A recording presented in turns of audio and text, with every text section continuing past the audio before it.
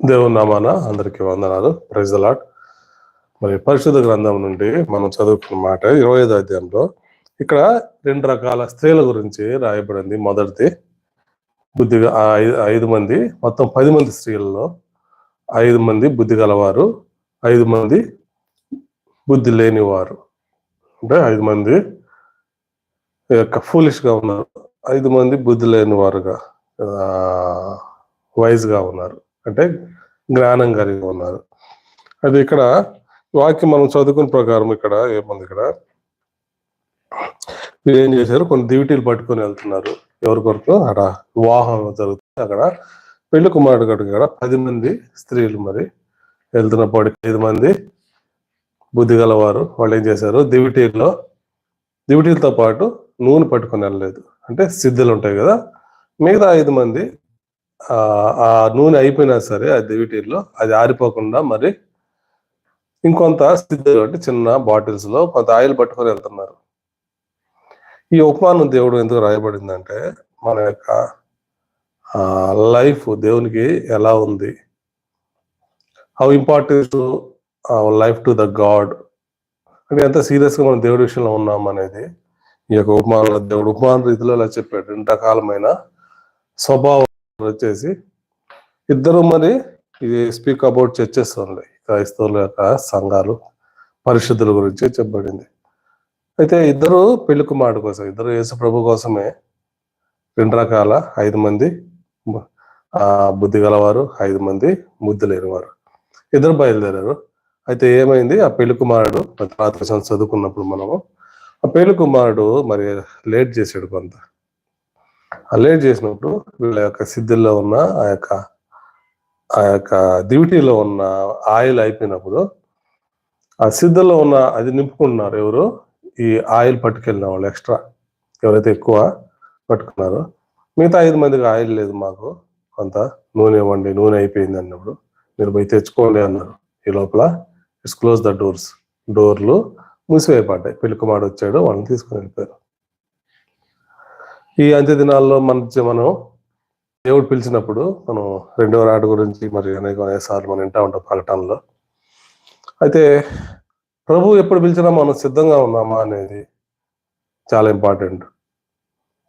2వ రాకడ మరి మేము చిన్నప్పటి నుంచి చెప్తా ఉంటాం, అంత్య దినాల్లో ఉన్నాం, దినాల్లో ఉన్న యుద్ధాలు వస్తున్నాయి, సునామీలు వస్తున్నాయి కదా.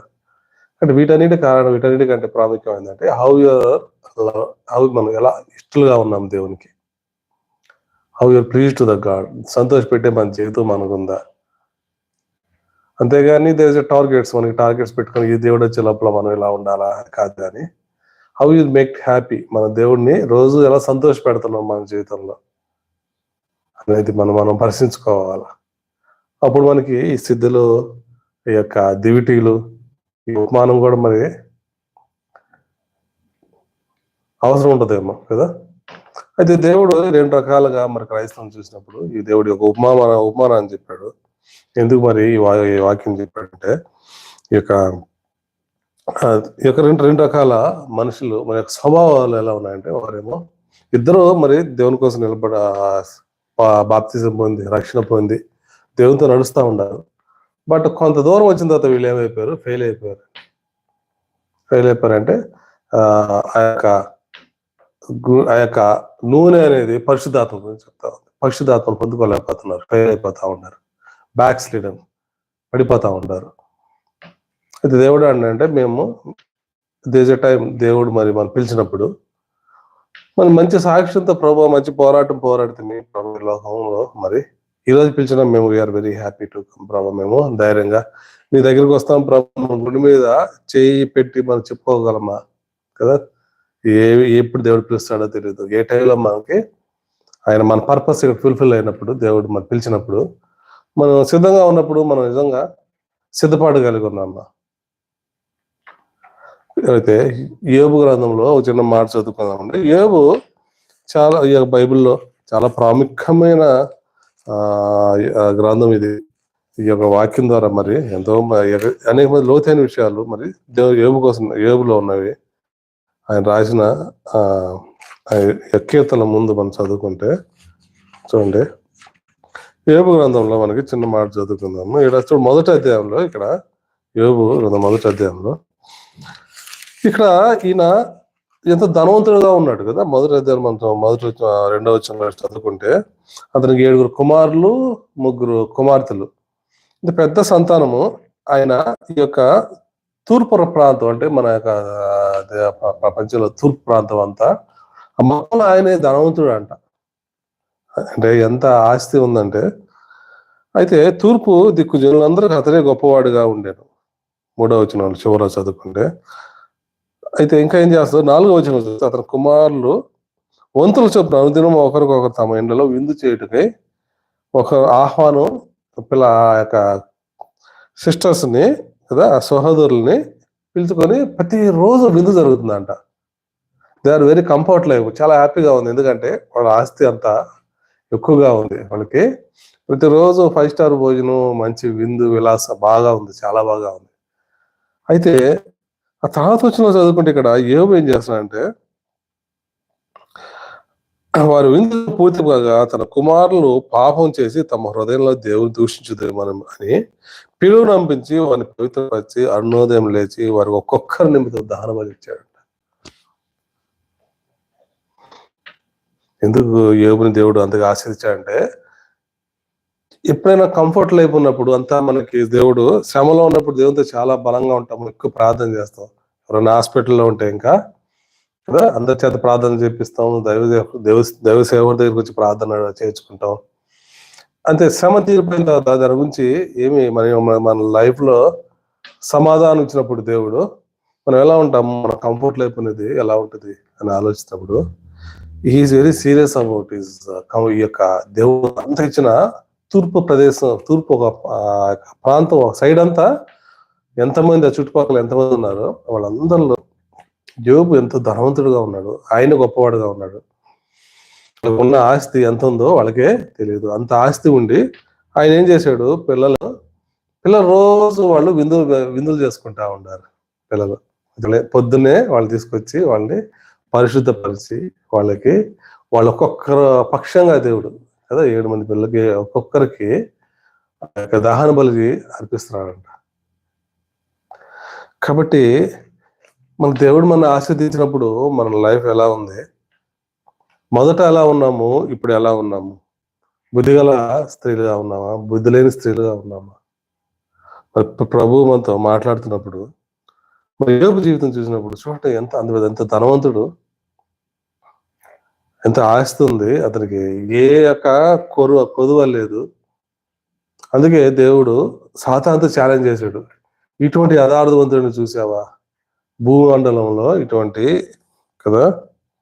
8వ వచనంలో ఏమంటాడు, అందుకు యెహోవా నీవు నా సేవకుడైన యోబు సంగతి ఆలోచించవా, అతడు యథార్థవంతుడు న్యాయవంతుడే, దేవుని యందు భయభక్తులు కలిగి చెడుతనం విసరించిన వాడు భూమి మీద ఇతను వంటి వాడు ఎవడు లేడు. ఎలాంటి వాడు యోబు, భూమి మీద అటువంటి వాడు లేడంట ఆ కాలంలో. అటువంటి యథార్థవంతుడు, దేవుని భయం కలిగిన వాడు, దేవుడికి ఇష్టంగా జీవిస్తున్నవాడు. మరి ఇప్పుడు మనం ఎలా ఉన్నాం, దేవుడు మన ఆశీర్వదించాడు, బాప్తిజం పొందాం, మారు మనసు పొంది రక్షించబడి ఎంతో మంది కూడా ఒక పరిస్థితుల్లో దేవుని దగ్గరికి వచ్చాం, దేవుడు నమ్ముకున్నాం. ఒకప్పుడు మన స్థితి ఎలా ఉంది, ఇప్పుడు మన స్థితి ఎలా ఉంది, ఒకప్పుడు దేవుడు మనతో ఎలా ఉన్నాడు, ఈరోజు మన దేవుడికి మనకి రిలేషన్ ఎలా ఉంది, బ్రేక్ అయిపోతుందా, మనము పరీక్షించుకోవాలి. 11వ అధ్యాయము మొదటి సమయంలో 2వ సమయం 11వ అధ్యాయంలో దావీదు 11వ అధ్యాయం 2వ సమయంలో ఎంత శ్రమలో వెళ్తా ఉంటాడు, అప్పుడు దాకా ఎంత శ్రమలు పడ్డాడు. 11వ అధ్యాయంకి వస్తే దేవుడు వాటన్నిటి నుంచి తప్పించి ఎంతో ఆశీర్వదించాడు దావీదుని. ఈజ్ వెరీ కంఫర్ట్ లైఫ్, ఎంతో హ్యాపీగా ఉన్నాడు. అయితే ఎంత కంఫర్ట్గా ఉన్నాడు, ఏం చేశాడు, ఉరియా అని ఆ యొక్క భార్యని, ఆ యొక్క కదా ఆ భార్యని మా యొక్క స్నానం చేసినప్పుడు చూసి కదా అంత కూడుకున్నాడు. తర్వాత ఆ నిందని మళ్ళీ గర్భం ధరించినప్పుడు ఆ నిందని తీసుకెళ్లి ఉరియా మీద వేయాలని ఎంత ప్రయత్నించినప్పుడు మరి ఈ ఉరియా చూసుకుంటే ఎంత నమ్మకస్తుడంటే ఆ రాజు కోసం ప్రాణం పెట్టేవాడు. అటువంటి ఉరియాని ఒక ఒక పాపాన్ని కప్పడానికి, దాన్ని తప్పించుకోవడానికి ఉరియాని ఎంతో ఇంటికి పంపించి ఆ యొక్క ఆ పాపంలో వచ్చిన ఆ యొక్క గర్భానికి అతని మీద తోయడానికి ఎంత ప్రయత్నించాడు. అయితే దానిలో అయితే రాజు మందిలోనే ఆయన పండుకున్నాడు. ఎందుకంటే ఇంటికి వెళ్ళమన్నా సరే అక్కడే పండుకున్నాడండి. ఎందుకంటే దావీదు కోసం ప్రాణం పెట్టడానికి సిద్ధంగా ఉన్నాడు. ఒకసారి సెక్సువల్ ఇమ్మారలిటీ అనేది, జాగ్రత్త అనేది ఎంతవరకు తీసుకెళ్తుందంటే సొంత స్నేహితుల్ని, వాళ్ళ కుటుంబాలకి కదా నాశనం అయిపోతూ ఉంటారు. కాలేజ్ డేస్లో మరి సొంత స్నేహితులే కొన్ని ఉన్నప్పుడు చాలా బాధ వేసేది. ఈ యొక్క జాగ్రత్తను బట్టి ఒక స్నేహితుడు చనిపోయాడు, చంపబడ్డాడు. ఇంకొక స్నేహితుడు ఆ యొక్క పరిస్థితి, ఆ జాగ్రత్త అనేది అతను ఎప్పుడు ఊహించలే స్నేహితుడు ఇలా ఉంటుందని. స్నేహితుడు ఇలా చేశాడు సొంత భార్యతో. సూసైడ్ చేసుకొని చనిపోయాడు తట్టుకోలేక.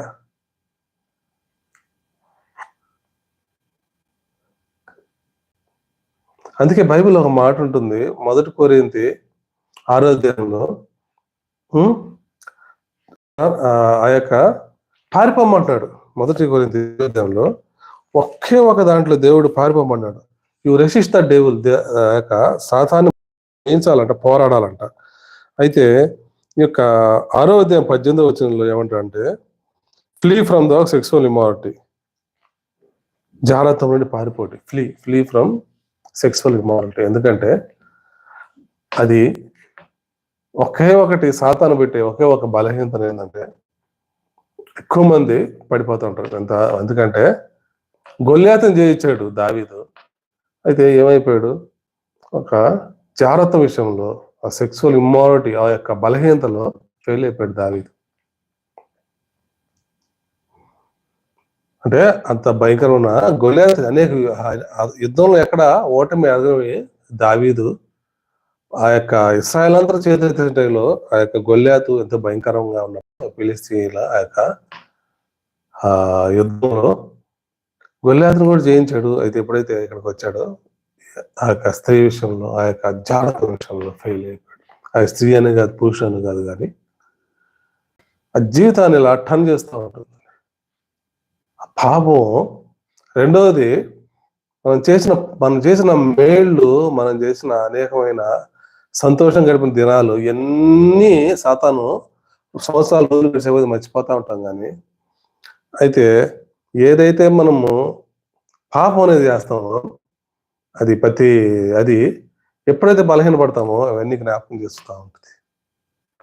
పాపము, చెడు పనులు త్వరగా జ్ఞాపకం చేస్తుంది సాతాను. ఎందుకంటే నిందారోపణ చేస్తూ ఉంటుంది. ఎప్పుడైనా ఫెయిత్ ఎన్ని చేసావు, నిన్నట దేవుడు క్షమిస్తాడు, మళ్ళీ నువ్వు పడిపోయావు పాపంలో, మళ్ళీ దేవుడు నేను పైకి లేవనెత్తాడు, ఇంకా నేను దేవుడు క్షమించు. కాబట్టి మరి ప్రభు ఎందుకు ఈ వాక్యం రాయబడిందంటే బుద్ధిగల స్త్రీలు, బుద్ధి లేని స్త్రీలు అనేది ఎంతో భారంతో, ఎంతో దేవునికి ఇష్టంగా జీవించాలని ఎంతో మంది ఉన్నారు క్రైస్తవులుగా. ప్రభువు నమ్ముకున్న తర్వాత వారు ఎంతో ప్రార్థనా పరులుగా ఉన్నారు, ఎంతో ఉన్నారు. కానీ మన యొక్క బలహీనత సాతాను తెలుసు. నీకు బాగా కోపం ఎక్కువ ఉంటే ఆ కోపంలో నీకు ఆ పరిస్థితులన్నీ క్రియేట్ చేస్తానే ఉంటది. ఆ కోపం ద్వారా నీ యొక్క ఆత్మీయ జీవితాన్ని ఫెయిల్ చేసుకుంటావు, పాడు చేసుకోవడానికి. నీ యొక్క టంగ్ ఒక బలహీనతలు ఉంటాయి. నీ యొక్క నాలిక, నీ యొక్క దేవుని యొక్క కంట్రోల్ లేకపోతే నీ నాలికతో ఎన్నో మాటలు మాట్లాడతావు, ఎంతో మందిని గాయపరుస్తావు, ఎన్నో చెప్పుడు మాటలు, ఎన్నో వెనక మాట్లాడతావు.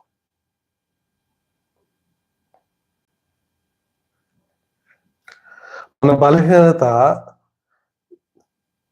సాతానికి తెలుసండి. బైబిల్ మనకి ఎంత బైబిల్లో ఎంతైతే దేవుడు తెలుసో సాతాను కూడా అంతే తెలుసు. కాబట్టి ప్రభువునే అది మరి 40 రాత్రులు 40 పగలు ఉపవాసం ఉండే ఆయన బాప్తీసం పొంది వచ్చినప్పుడు మత్తయి సువార్త 3వ అధ్యాయంలో శోధించింది. మరి నువ్వు నేను ఎంతటాడు. అయితే యేసు ప్రభు ఈజ్ ద ఆయన మనం నడిపించే దేవుడు. హీజ్ ద అన్నారు. He overcome that world. ఈ యొక్క లోకాన్ని దేవుడు జయించాడు. He is victorious person. ఎందుకు ప్రభు ఈ లోకానికి వచ్చాడంటే how to overcome through holy spirit. పరిశుద్ధాత్మని మనం ఎలా పొందుకోవాలి, ఎలా దేవుని దగ్గర రావాలి అన్నప్పుడు దేవుడు మనతో మన బటం ఉన్నప్పుడు దేవుడిని అడిగినప్పుడు దేవుడు సహాయం చేసే దేవుడు. అందుకే ఒకసారి మరి శిష్యులు ఒక దురాత్మని వాళ్ళు తొలగించలేకపోయారు. సాతాన్ని తొలగించలేకపోయినప్పుడు వాళ్ళంతా వచ్చి అయ్యా నీ శిష్యులు ఆ యొక్క స్వస్థపరచలేకపోయారు అయ్యా అన్నప్పుడు దేవుడు దాన్ని ఇక్కడ తీసుకురండి అని చెప్పి దాన్ని గద్దించినప్పుడు అది వెళ్ళిపోయింది. అప్పుడు ఒక మాట అన్నాడు, ప్రభువా మేము చేయలేకపోయాం కదా ప్రభా, మేము మీ శిష్యులమే ఎన్నో అద్భుత కార్యాలు చేస్తూనే ఉన్నాం, కానీ ఇప్పుడు ఎందుకు ప్రభా ఈ ఏరియాలో మేము ఫెయిల్ అయిపోయామంటే కొన్ని కఠినమైన వాటికి ఎంతో ప్రార్థన ఏముండాలి, ఉపవాసం ప్రార్థన ఉండాలి. అప్పుడు మాత్రం జయించగలం. కాబట్టి మన జీవితంలో మన బలహీనత ఉన్నప్పుడు, ఒక్కొక్కరికి బలహీనత ఉన్నప్పుడు దాన్ని జయించాలంటే ఏం చేయాలి? ప్రార్థన ఉండాలి, దేవునితో గడిపే జీవితం ఉండాలి. అలా ఎవరు చేశారంటే ఎవరు అలా దేవుని కోసం ఎప్పుడు దివారాత్రి ఎప్పుడు ప్రార్థన చేసి జయ జీవితం ఉన్న ఒక గొప్ప వ్యక్తి యొక్క పాత నిబంధనలో మనం చదువుకోవచ్చు. ఇక్కడ యొక్క హెజ్కేల్ తర్వాత దానియేలు గ్రంథంలో 6వ అధ్యాయంలో చూడండి. ఇక్కడ 6వ అధ్యాయంలో ఈయన్ని ఆల్రెడీ ఒక రాజు ఒక నిబంధన పెట్టాడు, ఇతన్ని నాశనం చేయాలని. తన కొలీగ్స్ ఎంతో పాటు ఉండే వాళ్ళే మంచి పేరు వస్తుంది, మంచి రాజు దగ్గర మంచి పేరు వస్తుందండి దానియేలుకి. ఎందుకంటే మంచి పేరు, మంచి యథార్థంగా ఉన్నాడు, హానెస్ట్గా ఉన్నాడు, పరిశుద్ధంగా ఉన్నాడు. సో సాతాను ఒప్పుకోదు కదా అలా ఉంటే. ఇప్పుడు మోసం చేస్తా, అబద్ధాలు చెబుతా పరిచయం చేస్తున్న వాళ్ళని ఆ చేసింది ఇప్పుడు ప్రెస్ చేస్తుంది, ఎందుకంటే మీలాంటి వాళ్ళకి కావాలంటది. అయితే ఎవరైతే యథార్థంగా వాక్యం చెప్తా దేవుని కోసం నిలబడుతూ స్వార్థ పాటిస్తున్నామో వాళ్ళ మీద దాడి ఎక్కువ ఉంటుంది. వాళ్ళని పట్టించుకోదు, ఎందుకంటే దేర్ ఆర్ టు మీ వాళ్ళంతా నాకు సంబంధించిన వాళ్ళు అనుకో అని వాళ్ళు ఆశీర్దిస్తారు. ఎందుకంటే వాళ్ళ ద్వారా డైవర్టెడ్, క్రైస్తవులు డైవర్ట్ అయిపోతా ఉంటారు కదా. బైబిల్లో ఒక మాట ఉంది కదా, అంత్య దినాల్లో నా నామోన, ఎవరు నామోన వస్తారు కదా. మత్తయి సువార్తలో 22 నుంచి 23 మధ్యలో దేవుడు వరుసగా మాట్లాడుతూనే ఉన్నాడు. ఈ నా నామోన అనేక మంది వస్తారు. వాళ్ళు ఎలా ఉంటారు? గొర్రె చర్మం కప్పుకున్న తోడేళ్ళు. కాబట్టి షీఈస్ వెరీ హ్యాపీ ఈజ్ కదా. ఈ యొక్క సాతాను వెరీ హ్యాపీ అటువంటి చాలా మంది ఉన్నారు. కాబట్టి వాళ్ళ ద్వారా ఏం చేస్తుంది? డైవర్ట్, లాగేసుకొని పోతా ఉంది.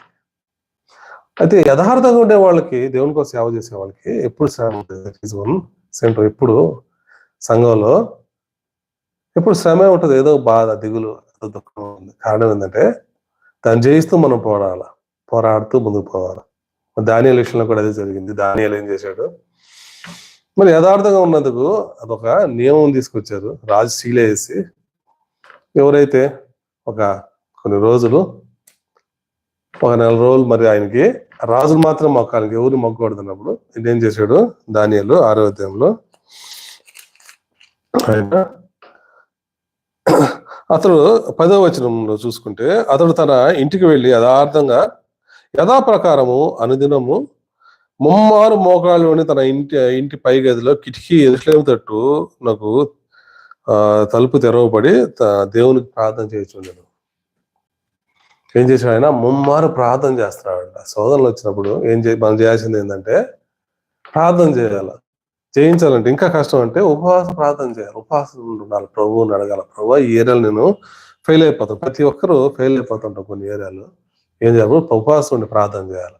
ఎందుకంటే శిష్యులకి దేవుడు చెప్పిన మాట ఏంటంటే, ఎందుకు ప్రభు మేము జయించలేకపోతాం సాతాన్ని కదా. ఈరోజు మనం కూడా దేవుడిని అడిగితే, ప్రభు ఎందుకు ప్రభు ఈ ఏరియాలో ఒక ఏరియాలో అన్నింటిలో నేను యథార్థంగా ఉన్నాను. ఒక ఏరియాని బట్టి నేను బ్యాక్ స్లీడర్ అయిపోయాను ప్రభా, ఫెయిల్ అయిపోయాను, దూరం అయిపోతా ఉన్నాను.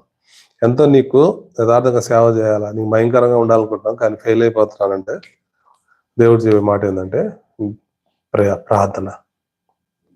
ఎప్పుడైతే మన జీవితంలో ప్రార్థన ఎక్కువ ఉంటుందో, ఎక్కడైతే మెడిటేషన్ ఆఫ్ వర్డ్, దేవుని యొక్క వాక్యాన్ని మనము మెడిటేట్ చేస్తాము, ధ్యానిస్తాము, దేవుడు he'll give the strength to us. దేవుడు మనకి బలాన్ని ఇచ్చేవాడు, శక్తిని ఇస్తూ ఉంటాడు, దేవుడు మనతో మాట్లాడుతూ ఉంటాడు. ఆ వాక్యం మనని సర్వసత్యంలో నడిపిస్తూ ఉంటుందంట. అందుకే ఆ కీర్తనలో దేవుడు మరొక మాట అంటాడు.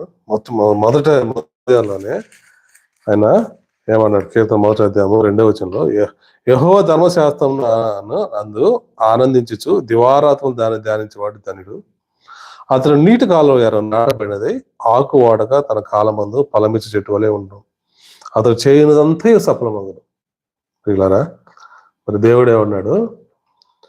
దివారాత్రములు ఆయన ధర్మశాస్త్రాన్ని ధ్యానించే వాళ్ళకి ఏ మేలుకి కొదువు ఉండదంట, లోటు అనేది ఉండదంట. వాళ్ళు ఎలా ఉంటారంటే నీటి కాలువ దగ్గర చెట్టు పక్కన ఒక నీరు ప్రవహిస్తూ ఉంటే, అది ఎండాకాలం కానీ వర్షాకాలం కానీ చలికాలం కానీ అది పచ్చగా ఉంటుంది, ఆకు వాడదు. అంటే హౌ వి బ్లెస్డ్ అంటే ఎలా దేవుడి ద్వారా ఆశించబడుతున్నాం అంటే through prayer, word of God. మన హృదయంలో మనం నింపుకున్నప్పుడు, మనము దేవునితో ఆ రిలేషన్ ఉన్నప్పుడు మనకి ఎలా ఉంటుంది? ఈజ్ ఎ ఫ్రెండ్ గా ఉంటాడు దేవుడు. He will speak to us. Every విషయంలో దేవుడు సహాయం చేస్తూ ఉంటాడు. ఒక చిన్న విషయాలు అడుగుతాం ప్రభుని, ప్రభు అది జరుగుద్దా అని. ఒకసారి వాల్ క్లాక్ అడుగుతాం, ప్రభా వాల్ క్లాక్ లేదు ప్రభా ఇది కొనుక్కోవాలన్నప్పుడు. కొన్ని సాక్ష్యాలు ఏంటంటే కొంతమంది చెప్తున్నప్పుడు, ఆ తర్వాత కొన్ని రోజులకి ఎవరెవరు వచ్చి గిఫ్ట్ ఇస్తుంటారు వాక్యం. ఎందుకు ప్రభు అంటే వాళ్ళు చెప్పినప్పుడు చాలా సంతోషం వేస్తూ ఉంటుంది. వాళ్ళు చెప్తున్నప్పుడు వీళ్ళు కూడా ప్రార్థన చేస్తారు అనుకుంటాం ఒక్కోసారి. కానీ కొంతమంది దేవుని అడుగుతారు, అవి కూడా చిన్నవి కూడా, ప్రభా నువ్వు ఇస్తే సంతోషం ప్రభా కదా. మనం కొనుక్కోకుండా మనకి వాళ్ళకి నీడు ఉంది, డబ్బులు లేవన్నప్పుడు దానికి కూడా దేవుడు సమాధానం ఇస్తాడు. ఈజ్ ఎ ఫ్రెండ్ కదా మనకి.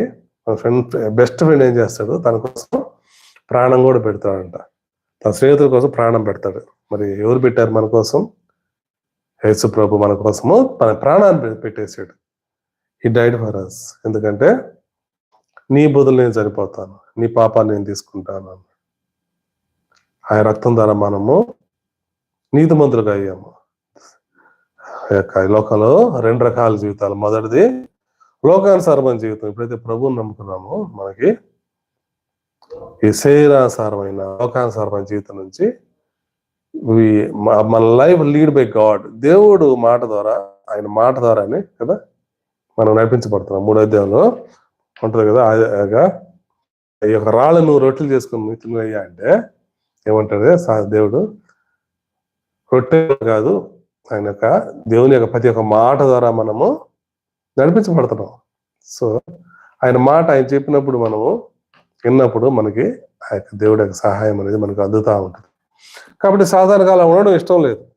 కాబట్టి దేవుడు ఎందుకు ఈ యొక్క అనిల్ గురించో లేకపోతే పాపంలో పడిపోయిన వాళ్ళ గురించి దేవుడు చెప్పలేదు. ఈ యొక్క ఉపమానం బుద్ధి గల స్త్రీలు, బుద్ధి లేని స్త్రీలు ఇద్దరు దేవుని యొక్క ఆత్మతో వచ్చినారు.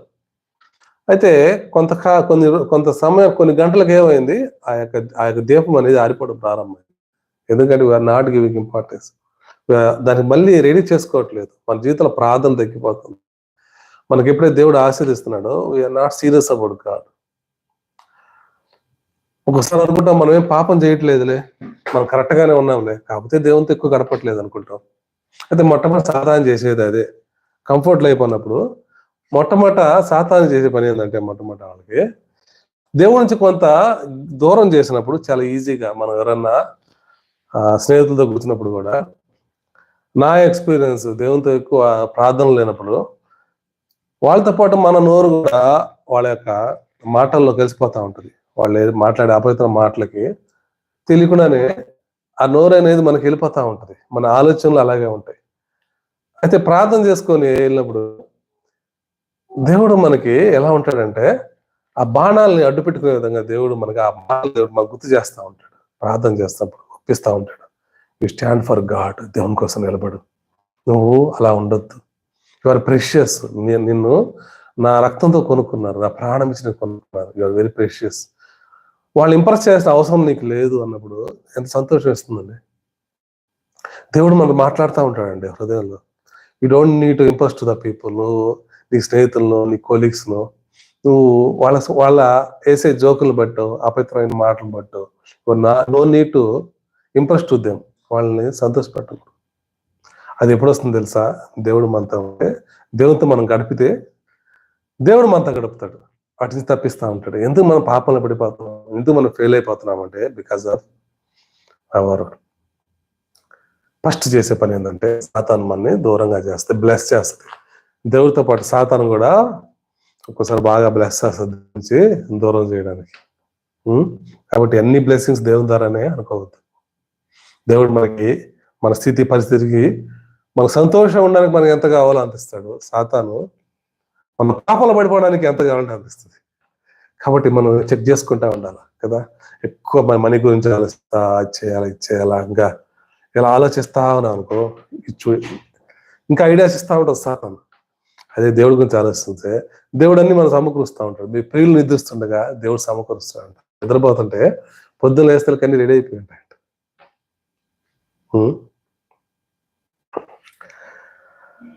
అంటే దేవుడు చిన్న చిన్న విషయాల్లో దేవుడు సహాయం చేస్తుంటాడండి. నిద్రిస్తాడు, దేవుడు సహాయం చేస్తూ ఉంటాడు. అయితే సాతాను చేసేది మాత్రం మనని నిద్రపోనీయకుండా మనకి ఆలోచనలు ఇస్తూ ఉంటది. ఈ పని చేయి, ఆ పని చేయి. ఒకసారి అంటే ఎంతగా పడిపోతామంటే, ఒకసారి మనమేం పాపం చేయమ్మా, టీవీ చూస్తూ ఉంటాం, మంచి క్రికెట్ మ్యాచ్ హ్యాపీగా చూస్తూ ఉంటాం. అయితే చర్చికి పోవాలా, క్రికెట్ మీద చాలా ఇంట్రెస్ట్ గా ఉంటది. ఇప్పుడు చర్చా, దేవుడా, క్రికెట్ మ్యాచా, చాలా కష్టంగా ఉంటుంది కదా. లేకపోతే ఫ్యామిలీ ప్రేయర్ కదా, నైట్ అయితే ఫ్యామిలీ ప్రేయర్ చేసుకోవాలా. ఈ ఏరియాలో ఫెయిల్ అయిపోయాను నేను కూడా. ఎన్నోసారి ఫెయిల్ అయిపోయాను. ప్రభుని అడిగా, ఏంది ప్రభా ఇలా ఫెయిల్ అయిపోతున్నాను చిన్న చిన్న విషయాల్లో. ప్రభా నువ్వే నా జీవితం ప్రభా, నేను ఫస్ట్ ఇంపార్టెన్స్ నా లైఫ్ లో నువ్వే ప్రభా అని మనం చెప్తుంటాం కదా దేవునికి. అయితే ఎందుకు ఫెయిల్ అయిపోతాం? ఎందుకంటే మంచి మంచి కాడ, మంచి దీపంగా ఈ యొక్క వెలుగుతూ ఉంటాం. అయితే టైం వచ్చినప్పుడు, కొంత గ్యాప్ వచ్చిన తర్వాత ఏమవుతుంది, ఇట్లాంటి దేవుడు అనుమతించినప్పుడు అక్కడే పాపం ఏం లేదు. ఇట్స్ నాట్ సెక్షువల్ ఇమ్మారిటీ, ఏదో చెడ్డవి బూతి ఏం చూడలే. మన టీవీలో సీరియల్స్ వస్తుంటారు, ఏమి చూడట్లేదండి. అక్కడ ఏం పాపం చేయట్లేదు. బట్ అయితే దాన్ని సాతానం ఏం చేస్తుంది, విగ్రహంగా చేస్తుంది. దాన్ని మనం బౌడౌన్ చేస్తున్నాం, దానికి మనం సాష్టాంగ పడుతున్నాం. That is first important than God. అంటే అదేంటంటే మనం నూనెని మనము పెట్టుకోవట్లేదు, అది ఆరిపోతున్నప్పుడు నూనె పెట్టుకోవట్లే. మనలో ప్రార్థన లేదు, దేవునితో గడిపే జీవితం తగ్గిపోతా ఉంది. ఎప్పుడు దేవునితో గడిపే జీవితం తగ్గిపోతుందో, నూనె తగ్గిపోతా ఉందో ఏమవుతుంది, ఇటువంటి మన జీవితంలో కొన్ని కార్యాలు అనుమతించినప్పుడు పాపం లేదు, శాపం లేదు. అయితే ఏమైపోయింది, చల్లబడిపోతున్నాం. Okay, let it complete. Okay, ఇది అయిపోయి అది అయిపోయి సరే, అదాత వచ్చి ఆ రోజు ఏముండదు, దేవుడితో గడిపే జీవితం ఉండదు, ఫ్యామిలీ ప్రేయర్ ఉండదు, చర్చికి పోయేది ఉండదు కదా. రాత్రి అంతా మనము దేవుడి వాక్యానికి 10 నిమిషాలు కూడా, ఒక 10 నిమిషాలు అయితే అరగంట గడిపితే రాత్రి అంతా మొబైల్ చూసుకుంటా కూర్చుంటాం. Very happy. ఒకదాని తర్వాత వెరీ ఇంట్రెస్ట్. కానీ దేవుడి దగ్గర రాగానే ఆ ఇంట్రెస్ట్ రాదు. ఎందుకంటే అట్రాక్ట్. ఏదైనా వనంలో మరి 3వ అధ్యాయంలో, ఆ 3వ అధ్యాయంలో ఏదైనా వనంలో చాలా పండ్లు ఉంటే ఎక్కడికి వెళ్ళారు వాళ్ళు? ఆ పండుగకి వెళ్ళారండి, దేవుడు వద్దన్న పండుని. అది ఎలా ఉందంట, చూపుకి చాలా ఇంపుగా ఉందంట, చాలా అట్రాక్టివ్ గా ఉందంట. మనకు కూడా సాతాను చాలా అట్రాక్ట్ గా పెడుతుంటుందండి. ఒక్కోసారి అవన్నీ చూసుకొని రాత్రి అంతా చూసి రాత్రి అంతా 11కో 12కో 1 గంటకో పండుకుంటాం కదా. తప్పులేదు, ఎన్ని చూస్తానే ఉన్నాం, పండుకుంటాం కదా. పొద్దున ఆదివారం చర్చ్ అంటే 10:30 11 లేసి వెళ్ళాలి. చాలా వెళ్ళాం, చర్చ్ కూడా పోలేం. నెక్స్ట్ ఏం చేస్తుంది, ఆ తర్వాత నేను పాపంలోకి లాక్కెళ్ళిపోతా ఉంటుంది. అందుకే బైబిల్లో లేవియ కాండంలో ఏమంటే పాపాన్ని కుష్టితో చూపిస్తున్నాడు. కుష్ఠరోగం అనేది పాప వాళ్ళని దూరంగా పెడతారు. కారణం ఏదో సార్, కుష్ఠరోగం అనేది సెన్స్ ఉండదు దానికి. ఆ యొక్క అవయాల్లో మనం బ్లేడ్ తీసుకొని కోసినా సరే రక్తం వస్తున్న వాళ్ళకి ఏం తెలియదు. రక్తం కారిపోతా, రక్తస్రావం జరుగుతున్నా ఏమీ తెలియదు. అయితే ఎప్పుడైతే మనము ఆత్మీయంగా పడిపోతామో, మన బుద్ధిలేని కన్నీళ్ళు అయిపోతామో, ఆయిల్ అయిపోతుందో, దేవుడి యొక్క డోరు క్లోజ్ అయిపోతుందో, మన పాపల పడ్డం స్టార్ట్ అయిపోతుంది. ఆ సెన్స్ లేనప్పుడు ఏమవుతుంది, ఇంకా అంటే హార్ట్ అనేది స్టబ్బన్ అయిపోతుంది, కఠినం అయిపోతుంది. ఎందుకంటే ఇంకా అలవాటు అయిపోయింది. రోజు రెగ్యులర్గా ఇలా అలవాటు ఉన్నాం. అప్పుడు సాతాను దాడి చేస్తుంది. దావీదు దేశంలో కూడా దివారాత్రి ప్రార్థన చేసేవాడు. ప్రభు శ్రమలో ఉన్నప్పుడు, కష్టంలో ఉన్నప్పుడు, ఎప్పుడైతే కంఫర్ట్ లైఫ్ ఉంటుందో, ఎప్పుడైతే మనకు అన్ని ఇస్తాడో దేవుడు, మనకు సమాధానం ఉంటుందో మన లైఫ్ లో, ఎప్పుడైతే సంతోషం ఉంటుందో, వి నెగ్లెక్ట్ ద గాడ్. దేవుడిని మనము నిర్లక్ష్యం చేస్తాం. మనకు అనేకమైన విగ్రహాలు అయిపోతాయి.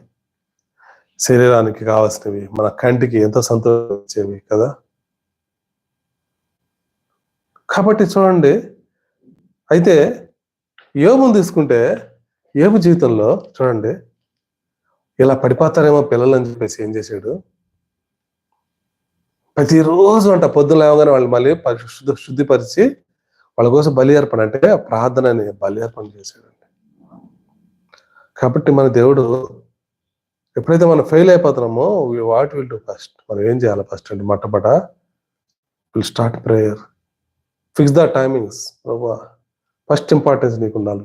ఎక్కువ ప్రార్థన గడపాలా, నీతో గడపాలా, నీ వాక్యం చదవాలి, నీతో ధ్యానించాలా, నీతో గడపాలన్నప్పుడు మనం ఎలా ఉంటామో, రాత్రి నేల మీద కట్టిన వాళ్ళగా ఉంటాం. చెప్తాం కదా, ఇప్పుడు మనం బయటకు వెళ్ళినప్పుడు అనేకమైన బాణాలు వస్తాయి, ఇంకా అనేకమైన శోధనలు వచ్చినా సరే విల్ ఓవర్కమ్ ద థింగ్స్.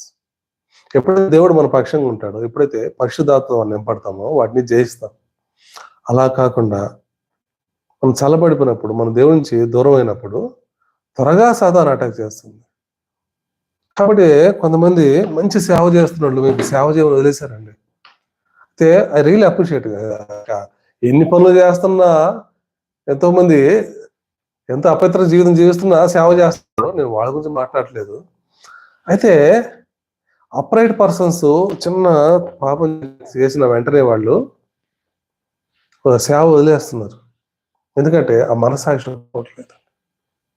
సాధారణ ముందు పాపలు పడేస్తుంది, ఆ తర్వాత దాన్ని చూపిస్తా ఉంటది, నువ్వు పనికిరావు దేవునికి, దేనికి చేదరాకు, నువ్వు ఈ సేవకు పనికిరావు. ఈ మధ్య మరి ఒక ఎల్డరు ఇంట్లో జరిగిన చిన్న పాపను బట్టి ఆయనకి ఎంతో అవమానం జరిగింది.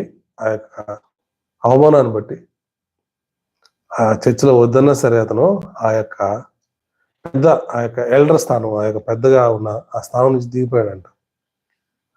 అంటే ఎలా పడిపోతున్నా అంటే because of lack of prayer,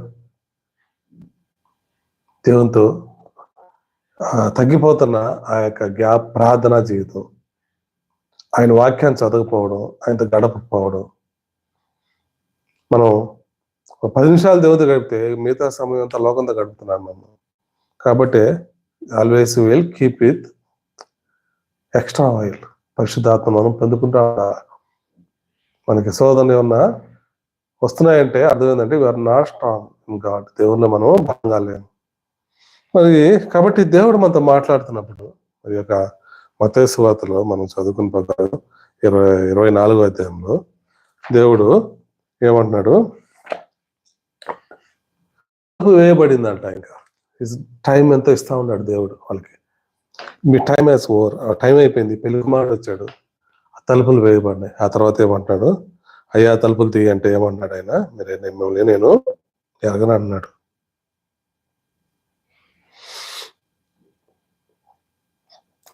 ప్రభు మనతో మాట్లాడుతున్నప్పుడు మనము ఎలా ఉన్నాం, ఏ రోజు ఎప్పుడు దేవుడు పిలుస్తాడో తెలియదు.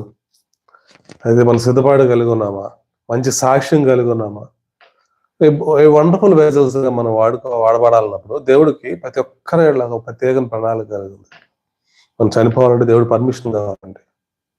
మనకి ఏ వ్యాధి, ఏ బాధ, ఏ కష్టం ఏదున్నా సరే మనం చనిపోవాలంటే హ్యాస్ టు పర్మిట్. ఎవరికంటే ఓన్లీ దేవుడు ఎన్నుకున్న వాళ్ళకి, దేవుడి చేత మంచి సాక్ష్యం కలిగిన వాళ్ళకి కదా. యోబుకి ఎన్నో కష్టాలు వచ్చాయి, ఒళ్ళంతా పుండ్లు వచ్చినాయి, మొత్తం అయిపోయింది లైఫ్, ఎందుకు నువ్వు బతకడం, భార్య తిట్టేసింది, దేవుడిని తిట్టి చనిపోయా అని. అట్ట మనని ఒక సమయంలో మనకి శ్రమ కష్టం వచ్చినప్పుడు సొంత వాళ్ళే మనం అవమానిస్తారు, కానీ దేవుడు మాత్రం యోబును వదలలేదండి. ఆయన రెండంతల ఆశీర్వాదాలు ఇచ్చాడు. కారణం ఏంటంటే దేవుడు ఎన్నుకున్నాడు అతను, అటువంటి యథార్థవంతుడు. దేవుడు సాక్ష్యం ఇచ్చాడు. మరి నీ విషయంలో దేవుడు సాక్ష్యం ఇస్తున్నాడా? ఎప్పుడు కీర్తనలు చదివిన ప్రకారం ఎప్పుడు మనకి దేవుడు ఆ యొక్క ఆకు వాడక ఉంటుందంట మన లైఫ్ ఇప్పుడు దేవునితో ఉంటే. కాబట్టి బుద్ధిగల కన్యలుగా మనం బుద్ధి లేని కన్యకలుగా ఉన్నామా? దేవుడు మనం మాట్లాడుతున్నాడు, ప్రభా మేము కూడా ప్రభా మా బలహీనతలు మేము ఎరిగిన వాళ్ళం ఆ ఏరియాలో. మరి శిష్యులకి ఏం బోధించాడు? మీరు కొన్ని కఠినమైన వాటికి మీరు ఏం చేయాలి? ఉపవాస ప్రార్థన ఉండి ఉపవాసంతో మీరు ప్రార్థన చేసినప్పుడు దాన్ని చేయిస్తారు. This the point, very important our life. మన జీవితంలో మనం కొన్ని రిపీటెడ్గా ఫెయిల్ అయిపోతా ఉంటే వాటి will you have to do fasting prayer and spend with God. దేవునితో ఎక్కువ గడిపినప్పుడు దాన్ని మనం జయిస్తూ ఉంటాం. కాబట్టి దేవుడు మొత్తం మాట్లాడుతున్నప్పుడు మరి దేవుడు హృదయాన్ని కఠినం చేసుకోకూడదు. We should obey to the God. దేవుడు మన బలహీనతల్లో ముందున్నవి వెనకున్నవి వదిలేసి ముందుకెళ్ళమన్నాడు. ఈరోజు ఒక వాక్యం మాట విన్నాను, ముందున్నవి ఎదుగుతూ ముందుకు పోవాలా. దేవుడు నువ్వు పనికిరావు, ఇంక వేస్ట్, నువ్వు ఎన్నిసార్లు నీకు అవకాశం ఇచ్చాను కానీ నువ్వు ఫెయిల్ అయిపోయావు, ఎన్నోసార్లు నువ్వు చేసిన పాపం మళ్ళీ చేస్తున్నావు, మళ్ళీ ఫెయిల్ అయిపోయావు అని సాతాను నిరారోపణ చేస్తుంటది. దేవుడు ఇట్స్ ఓకే మై సన్, నేను ఇంకొక అవకాశం ఇస్తాను, నువ్వు యు ఆర్ వెరీ ప్రెషియస్, నిన్ను నా చేతులు చెక్కున్నాను అన్నాడు యెషయా గ్రంథంలో. నా ఆయన చెక్కున్నాడట, మనం వెరీ ప్రెషియస్ అనేసార్లు చెప్పాను. We are very precious. దేవుడు మన జీవితంలో గొప్ప ప్రణాళిక ఉంది దేవుడికి. మన ద్వారా ఈ లోకానికి ఫ్రూట్ఫుల్ గా ఉండాలి, మనం ఫలించే వరకు ఉండాలి, మనం ఎక్కడన్నా ఉంటే వాళ్ళు ఆశీర్వదకరంగా ఉండాలి, మనం ఎక్కడన్నా వెళ్తే అక్కడ మనం లైట్ గా ఉండాలి. అయితే అలా ఉంటే అనేక మంది ప్రభువుని నమ్ముకుంటారు, అనేక మంది ప్రభువుని తెలుసుకుంటారు. అయితే అది సాతానికి ఇష్టం లేదు కదా. కాబట్టి ఏం చేయాలి? అది మన జీవితంలోకి, మన బలహీనతల్లోకి సాతాను రావాలా, దాని ద్వారా మనం ఆత్మీయంగా పడేయాలి. అయితే దేవుడు ఈ లోకాన్ని జయించాడు. దేవుని మీద మనం ఆధారపడినప్పుడు, దేవుడి మాట మనం విన్నప్పుడు, ఆయన స్వరానికి మనం లోబడినప్పుడు, ప్రభువా give importance to your life. నీ యొక్క ఫెలోషిప్, నీ యొక్క సహవాసంలో ఉండాలి ప్రభా, దాని ద్వారా ఈ లోకాన్ని జయిస్తాను ప్రభా అంటే దేవుడు ముందున్న వాటికి చూసుకుంటూ పోమన్నాడు. వెనక చూడొద్దు అంటున్నాడు, లోతుని వెనక చూడొద్దు అంటున్నాడు. సిన్ ఉంది వెనక, లేదంటలేదు, బట్ నేను నా యొక్క రక్తం ద్వారా నేను పరిశుద్ధపరుస్తున్నాను, రక్షిస్తున్నాను, విల్ గో హెడ్, ముందుకెళ్ళు, నీ ద్వారా ఎంతో పని ఉంది అన్నాడు దేవుడు. మరి దేవుడు మాట్లాడినప్పుడు హృదయాన్ని కఠినం చేసుకోకుండా ప్రభువు మరి మన జీవితంలో చేసిన మేళ్ళను జ్ఞాపకం చేసుకున్నప్పుడు ఎంతో దుఃఖం వేస్తుంటుంది మనకు కూడా. ప్రభా ఇన్ని మేళ్ళు చేసావు కదా ప్రభా, కదా యథార్థంగా దేవుని కోసం నిలబడే వాళ్ళకి ఇన్ని మేళ్ళు చేసావు ప్రభా, నేను కనీసం నీ కోసం నమ్మకం ఉండలేకపోయాను ప్రభా అనుకో. రాత్రి సమయంలో మాట్లాడుతున్నాడు. Let it be, leave it that one, but will go head, ముందుకెళ్ళు, ప్రార్థనతో ఉపవాసంతో వీటిని చేయించు. దేవుడు నీ జీవితంలో అద్భుతంగా కార్యం చేసుకుంటాడు, మళ్ళీ నిన్ను మంచి పాత్రగా వాడుకుంటాడు. యూ ఫీల్ యువర్ లైఫ్, నీ జీవితంలో ఒక అద్భుతమైన ఆయన యొక్క పర్పస్ ని కంప్లీట్ చేస్తాడు. మంచి సాక్ష్యంతో దేవుని దగ్గరికి వెళ్తాం. దేవుడు మన పాత్రగా ఈ లోకంలో బ్లెస్ చేస్తాడు. దేవుడు మరి కొద్ది మాటలు దీవించిన God bless you. Praise the lord.